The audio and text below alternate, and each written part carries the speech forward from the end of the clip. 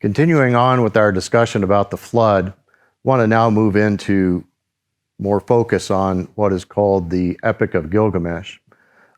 Used to be known as the Idzabar story, and someone discovered that they had mistranslated it, and it should be Gilgamesh. Was originally written around 2100 BC. It was discovered in the library of the Assyrian king Ashurbanipal at Nineveh, in his library that had been destroyed. And when the palace burnt and fell, many of the tablets were crumbled or crushed. And many of these are stored at the British Museum.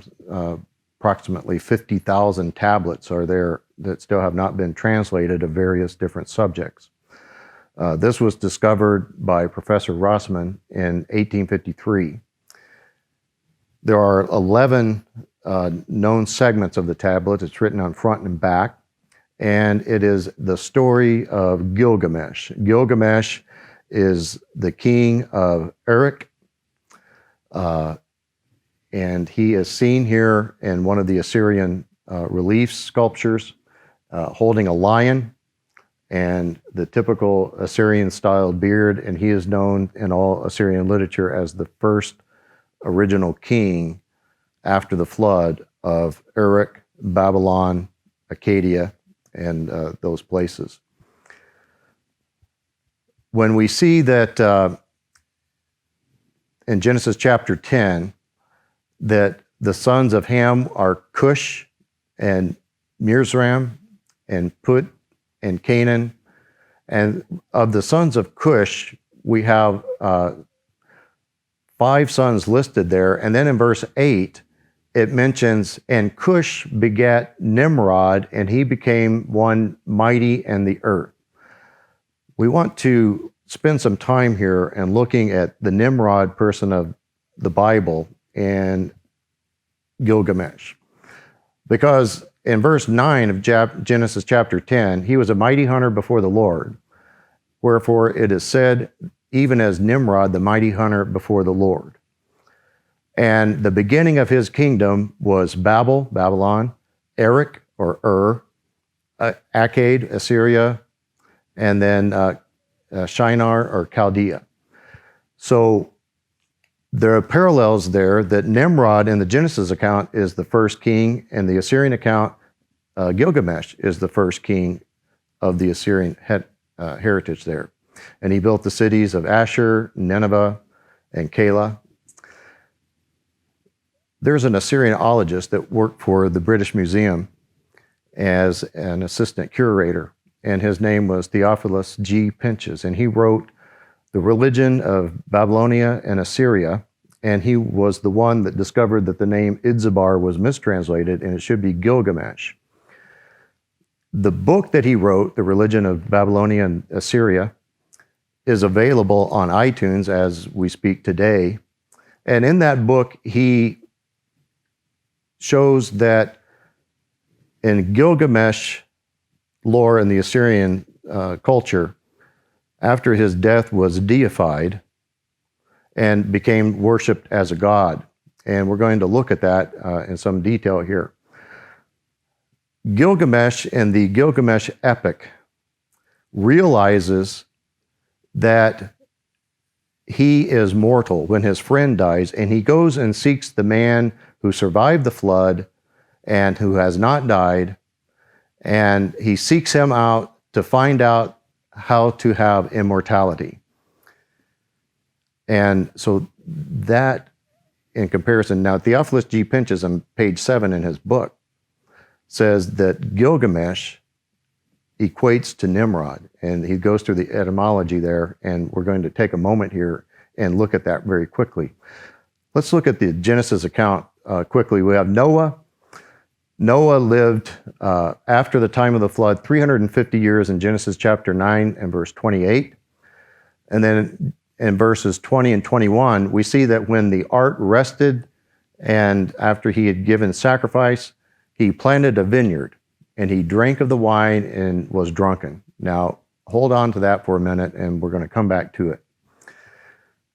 Now, Nimrod, whose name means rebellion, the mighty one upon the earth, according to Genesis chapter 10.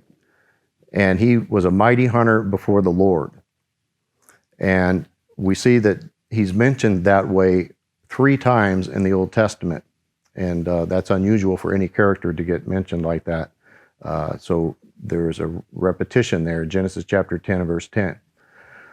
The Assyrian version, the Noah character is named Utnapishtim.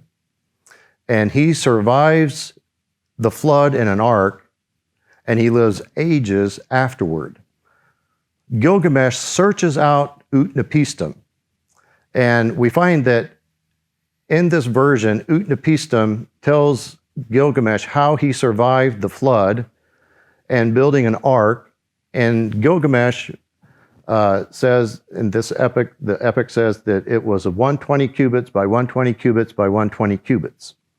Now Gilgamesh, after his death, we've mentioned already, is deified, and he is deified as Merodach in the Assyrian Babylonian inscriptions.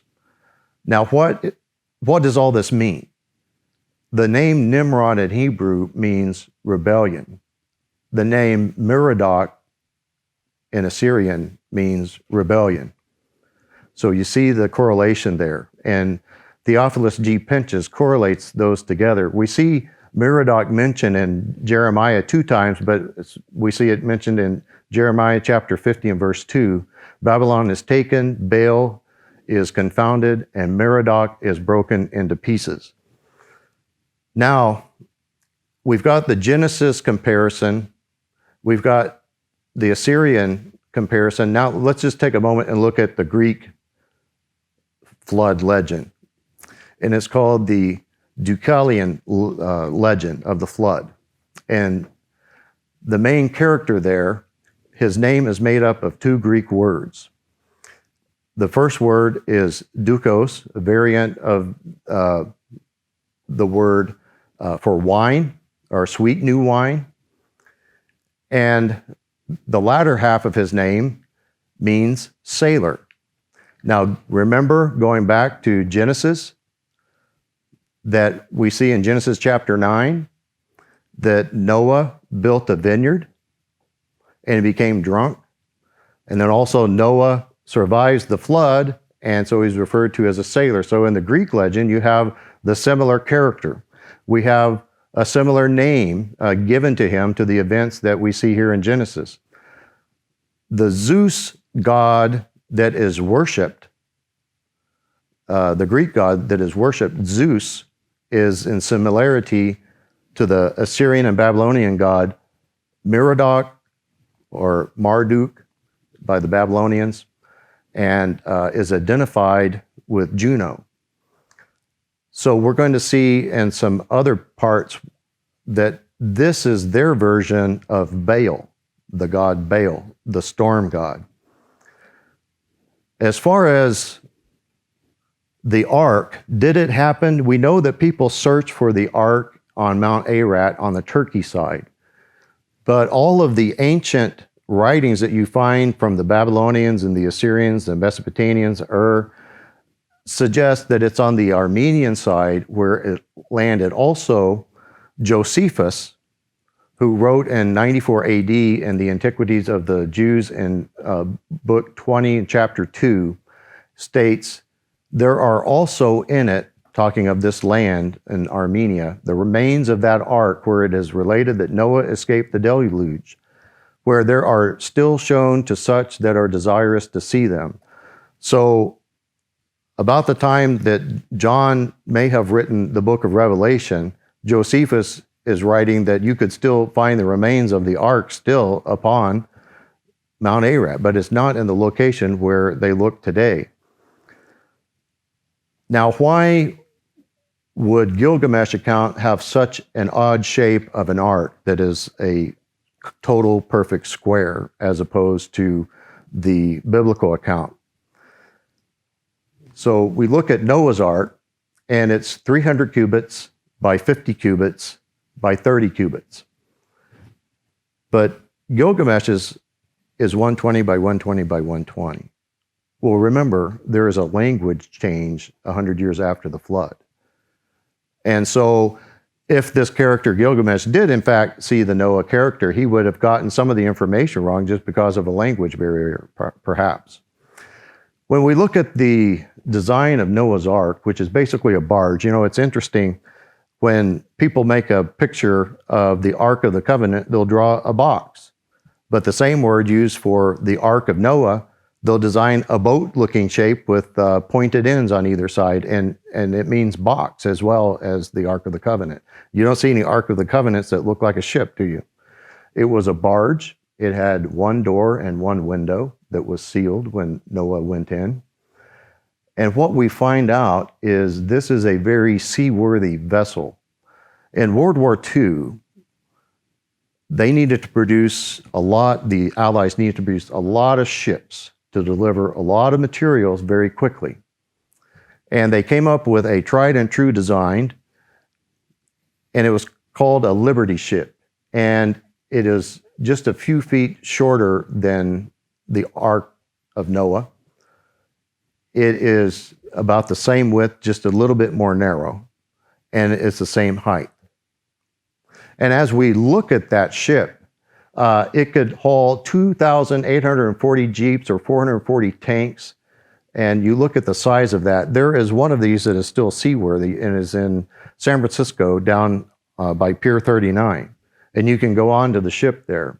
It was used in the movie Titanic when they struck the iceberg. They took this ship out, this Liberty ship, the SS Jeremiah O'Brien, and they ran the engines backwards to make it tremble.